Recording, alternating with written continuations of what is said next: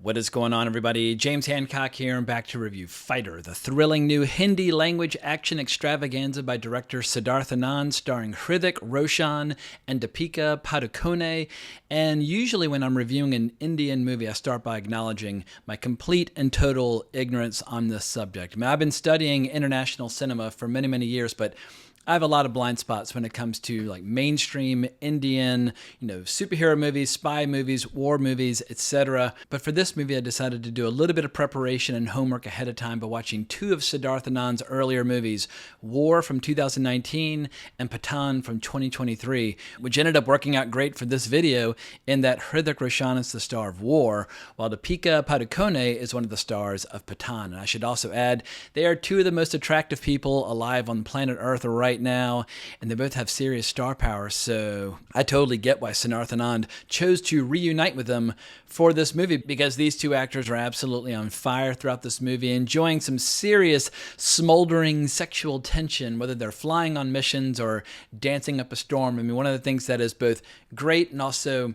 kind of challenging for American audiences, if two actors just happen to share a glance, like in a rearview mirror of a car or a helicopter, just that brief glance might ignite like a 10-minute musical number. And so sometimes it's tough recommending Indian action movies to American audience members, but I'm going to make a case here in just 1 second. But before I do so, I have to apologize for the many names that I'm going to inevitably mispronounce throughout this video. But I also have to admit my ignorance when it comes to the ongoing military tension between India and Pakistan over the territory of Kashmir, which is featured at the heart of this movie after this terrorist basically begins staging operations from within the borders of Pakistan. But this movie was made with the cooperation of the Indian Air Force.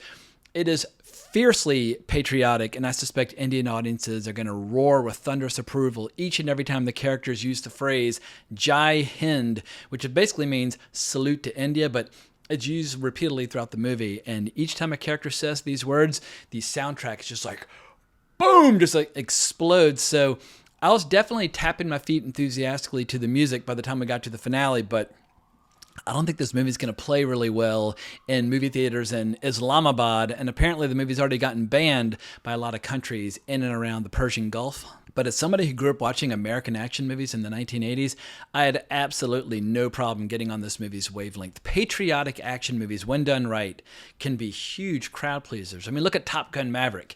Top Gun Maverick is by far Tom Cruise's most popular movie that he's ever appeared in. There's a third Top Gun movie on its way, and if that's yet another success, I suspect we'll be seeing a lot more patriotic action movies in America in the not-so-distant future. But as far as getting into the spirit of things with this movie is concerned, it helps quite a bit that the beginning of the movie and the ending of Fighter are gloriously entertaining, with all the kick-ass dogfights as well as like the lighthearted banter and shit-talking that audiences want to see between hotshot pilots. Because the big debate in this movie is, are you arrogant or are you just confident? And obviously some hotshot pilots kind of blur the lines between arrogance and confidence. But on the whole, I really enjoyed the movie. The characters are intensely likable. And my only real criticism of the movie is that at 2 hours and 46 minutes, it's not consistently amazing from start to finish. Right around the time of the intermission, the movie kind of exhales and takes a breath. And the central character, Patty, he's grounded for a lot of it. The movie loses a little bit of its urgency at that time. However, the climax of the movie is just so outrageously entertaining that I think people will forgive a lot of the earlier sequences, which were a little slower. And I would say of the three movies that I've seen so far by Siddharth Anand, I probably still prefer War of the bunch. It's just a kick-ass buddy movie across the board, which is definitely a formula that Hollywood used to know how to do really, really well, but it's kind of forgotten in recent years. But even if I prefer War, Fighter is absolutely well worth a look, especially since Netflix already snatched up the rights. And Netflix, I think very wisely, is going all in on Indian cinema. They recently acquired Solar Part 1 Ceasefire, as well as Animal, which is dropping on Netflix tomorrow. But when it comes to Americans and their taste in action movies, it's always going to be an uphill battle and a tough sell recommending an Indian action movie, because Americans have an aversion to musical numbers. They don't even really like musicals that much, apart from a few rare exceptions. But let me make the pitch. Think back to Top Gun, 1986, Tom Cruise and Kelly McGillis. They're getting it on to Take My Breath Away, and it's stylish, and it's atmospheric, and it's erotic, and everybody's totally on board with that scene. The only difference between a scene like that and a scene in a movie like Fighter is that in Fighter, Tom Cruise and Kelly McGillis would have been singing the song, not just making out to it. But that's not that much of a difference. And I think take a movie like Fast X. Would people have really minded if suddenly in the middle of it, like John Cena and Vin Diesel had like a face-off where like they rap with each other, something like that? I mean, it would have been totally absurd. But those movies are already totally absurd, and I think one of the reasons that people find them to be so absurd is that they're so earnest and so overly serious. Maybe the occasional bit of singing and dancing might help people kind of rediscover their love of a franchise like The Fast and the Furious. And I suspect a lot of people are going to be guilty of overemphasizing the overlap of the comparisons between the Top Gun franchise and Fighter, but there are a lot of stylistic similarities. I remember when Top Gun came out, a lot of people were making fun of the fact that they would have meetings in hangars as opposed to like in a classroom or a conference room.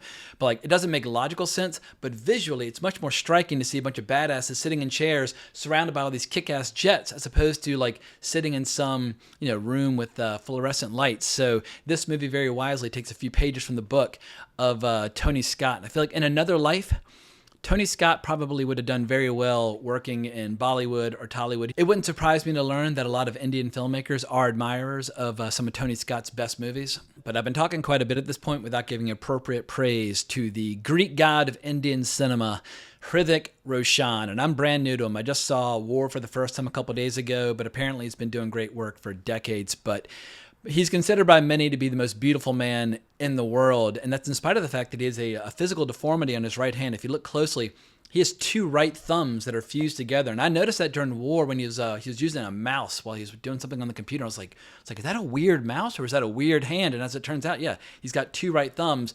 But Jesus fucking Christ, this guy, he's basically like, imagine Brad Pitt around the time of Fight Club with like the sculpted abs. That is what Hrithik Roshan brings to the table. And he's totally unafraid to do locker room sequences or shower sequences or dance sequences where he takes his towels or his pants and he pulls them right down to where the film's about to become X-rated. And he's like, no, just look at all my veins and my abs and that sort of thing. But it's absolutely fucking hilarious and glorious just how unafraid this movie is to parade the attractive masculine flesh at the core of this movie. However, Deepika Padukone, she is sexy as fucking hell as well. Like, if you watch a movie like Pathaan, where she plays like a badass secret agent, double agent, spy, whatever you want to call it, like, an assassin, I feel like a movie like Pathaan plays to her strengths much more successfully because she basically has to wear like elegant evening attire and wield weapons the entire time. Whereas in Fighter, she's wearing, like a flight suit and a helmet and shades and that sort of thing. She still looks good. But I notice how periodically throughout the movie, they take away the uniform, put her in a dress, and let her really show off her stuff, whether it's like, making out with Hrithik Roshan on the beach or whatever the case might be. But she is a very, very beautiful woman. And she was delightful in this. But the star that a lot of American audiences will recognize is Anil Kapoor. Anil Kapoor had a big role in Slumdog Millionaire, but he also was in Animal. Like I said before, Animal is dropping on Netflix tomorrow, and I strongly recommend it. That was my number 4 movie of 2023. Just absolutely blindsided me. But imagine like a hybrid of Scarface and The Godfather combined with singing and dancing, and you've got Animal. But Animal seriously kicks ass. But here, Anil Kapoor is basically playing all the authority figures from Top Gun all rolled into one, like, Michael Ironside and Tom Skerritt. But like, he's a ball buster, and he's constantly, getting in our hero's face for being too much of a renegade or a maverick. Like, instead of just buzzing the tower, he'll fly in inverted and, showing off all kinds of crazy acrobatics. But Anil Kapoor, he does an amazing job in this. What makes it particularly memorable is how eventually he and our hero start to get along and they go on a mission together, and he goes from criticizing his every move to congratulating him on his brilliant maneuvering and that sort of thing. And yeah, that final mission when they're flying together, it's fucking thrilling. And as far as the villain of the movie is concerned, he's played by Rishabh Soni. And if he weren't playing a scary terrorist in an action movie, he basically looks like he could be like an underwear model. I mean, he's, physically shredded, long, beautiful hair. The only thing that really clues you into the fact that he's a villain is that he has this like bloodshot left eye, reminding me a little bit of the character Lashif in Casino Royale, played by Mads Mikkelsen. But in spite of the fact that this movie is obviously very pro-India, they do allow the villains to be bad motherfuckers. They are established as a very credible threat. And there's another badass pilot who becomes kind of the main nemesis for Paddy, a.k.a. Hrithik Roshan, where they just call him Red Nose because of the red nose on the tip of his jet. But there are some worthy adversaries for our heroes, because larger-than-life heroes in movies mean absolutely nothing unless they have larger-than-life villains to kind of match wits with, or go to war with, or have, hand-to-hand combat with. You need badass motherfuckers. And I think if I were to, provide some unofficial consulting to Hollywood right now, where Hollywood is facing a lot of uphill battles or a lot of headwinds in many respects, and a lot of their big budget mainstream movies have been failing to find an appropriate audience as of late. And I think what's missing from a lot of the action movies is let your heroes be heroic, let your villains be villainous. Like, people go to see action movies because they want to see badass motherfuckers doing badass things against people who are just as scary, if not more so, as the central character. Or take for example the movie War, where you've got like a buddy movie, but they're also kind of playing adversaries at the same time. And I feel like whether it's the character's best friend or their greatest enemy, all the characters have to be incredible in their own right. And some might criticize some of these Indian action movies for overly relying upon certain action tropes or making their characters too mythic. But for me, style goes a really long way. And this director, he's got a very distinctive visual style, and his movies are incredibly dynamic, and the action scenes are gloriously choreographed as well as stunningly photographed. So I think if you're a fan of the action genre and you're not watching movies by Siddharth Anand, you're doing yourself a disservice, because his movies are just as good as, if not better than, some of our American equivalents, whether you're talking about James Bond or Mission Impossible or The Fast and the Furious, or name any major action franchise. Like, if you watch War, it feels like Mission Impossible and James Bond, just on steroids. It's just a little bit more stylized, a little bit more over the top. And if, as an American viewer, you just cannot abide the idea of your action movies and your musicals being one and the same, just take a bathroom break during the songs and then come back. Although some of these musical numbers are pretty goddamn stylish. I mean, seeing our two stars like rolling around in the water, on the beach at the end, all right, this is pretty sexy, steamy stuff. So I think slowly but surely more American audience members will embrace this stuff, mostly just because Netflix is such a giant platform. But also, as I mentioned before, I love Hollywood movies. I've been watching Hollywood movies my entire life. But there's a lot of dysfunction going on right now, and the industry is contracting when it comes to the number of shows being made and the number of movies being released. It's just getting smaller. Now, I don't think Hollywood will ever completely lose its relevance in terms of American culture, but they've got some figuring out to do, and I feel like watching the action movies but made in other countries, whether that's action movies made in Indonesia or Japan or South Korea or India, there's a lot to be learned by admiring the mainstream genre entertainment, the unpretentious genre entertainment made by other countries. Although some might say, while this movie is not pretentious, it's definitely a little bit jingoistic. But when it comes to Indian and Pakistani politics, I will leave that subject to other people who are much better educated on this front. My area of expertise is movies. And as far as movies go, yeah, Fighter's fucking fun to watch.